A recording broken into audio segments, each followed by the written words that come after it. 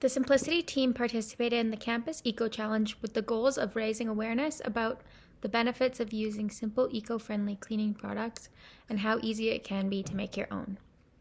Our project comprised of two main parts: hosting a workshop to teach the campus community that simple ingredients like vinegar, castile soap, and cleaning soda can be used to make effective cleaning supplies, and next exploring the health and environmental impacts of switching to natural alternatives.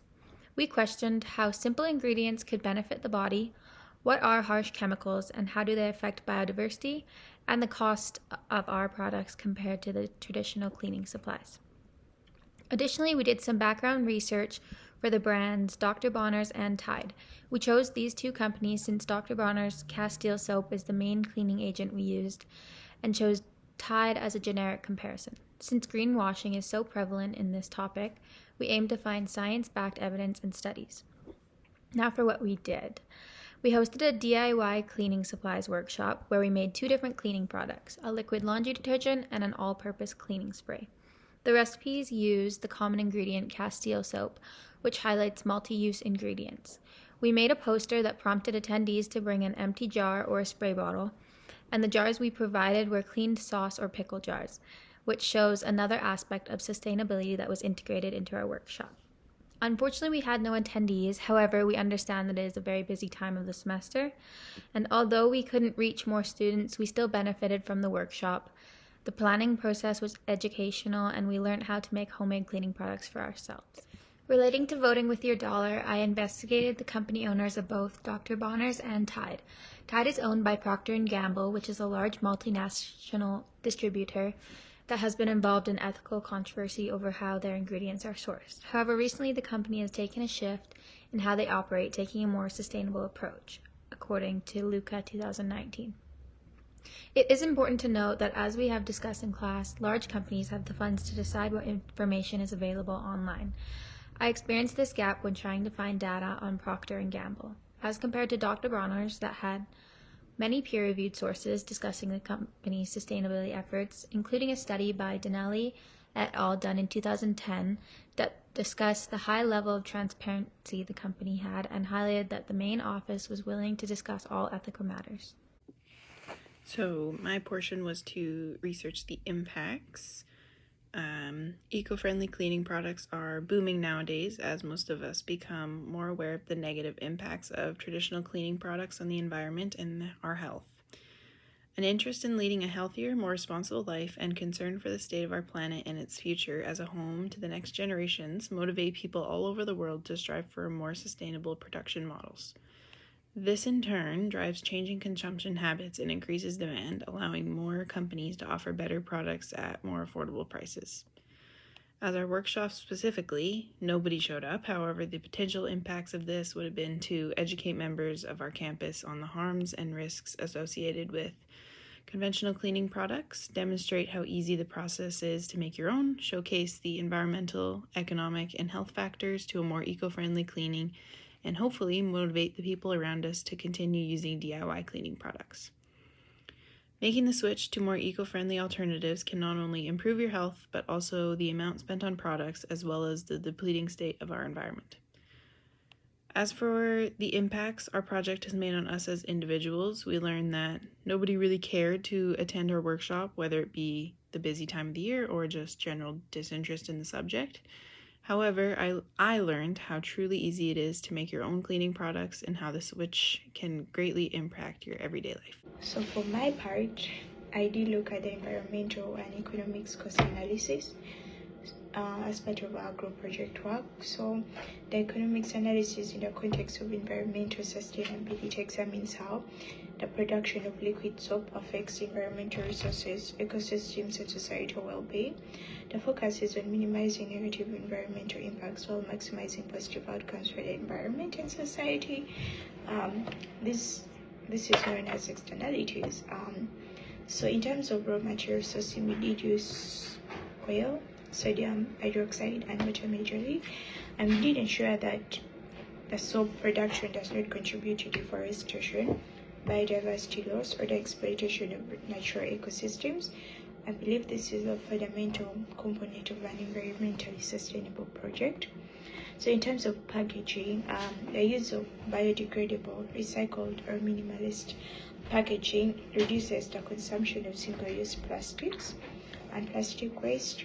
So choosing refillable containers for our case, we use ball jars and used bottles, which helps in promoting a circular economy for packaging, which ensures that products are used rather than contributing them to the landfill waste. So soap made with biodegradable ingredients and non-toxic additives minimizes water contamination and ecotoxicity, which is a major problem with conventional detergent production. This is something we were trying to convert. And also in terms of waste reduction, if soap production leads to the reuse of materials such as the leftover soap scraps, it also contributes to a zero waste economy. By reducing waste through reprocessing and upcycling, the soap making process helps promote a circular economy, which is what we're looking at, and one of the major things we're trying to combat and make sure that the society is well aware, and that maybe our project will change our way or mode of living and create something positive for the environment. For my part of the project, I looked into the impacts everyday chemicals had when they interacted with the environment. More specifically, I did extensive research on bleach and its impacts. Through this research, I learned that household cleaners use either bleach, ammonia, quaternary ammonium compounds, which is sometimes called quats, or phosphates. They also often use chlorinated compounds. Note that these often can't be mixed, so most just used one, but some use two. I also discovered many of the consequences related to the production and use of bleach. Studies have shown that one of the most critical environmental impacts related to bleach was ozone depletion. Ozone depletion is a major issue we've been dealing with for many years, and obviously we do not want to add to that. Furthermore, the purchase of bleach products supports the unsustainable and destructive industrial processes. Additionally, I looked into the increased consumption of cleaners during the COVID-19 pandemic. I found that the consumption of household cleaners increased an insane amount.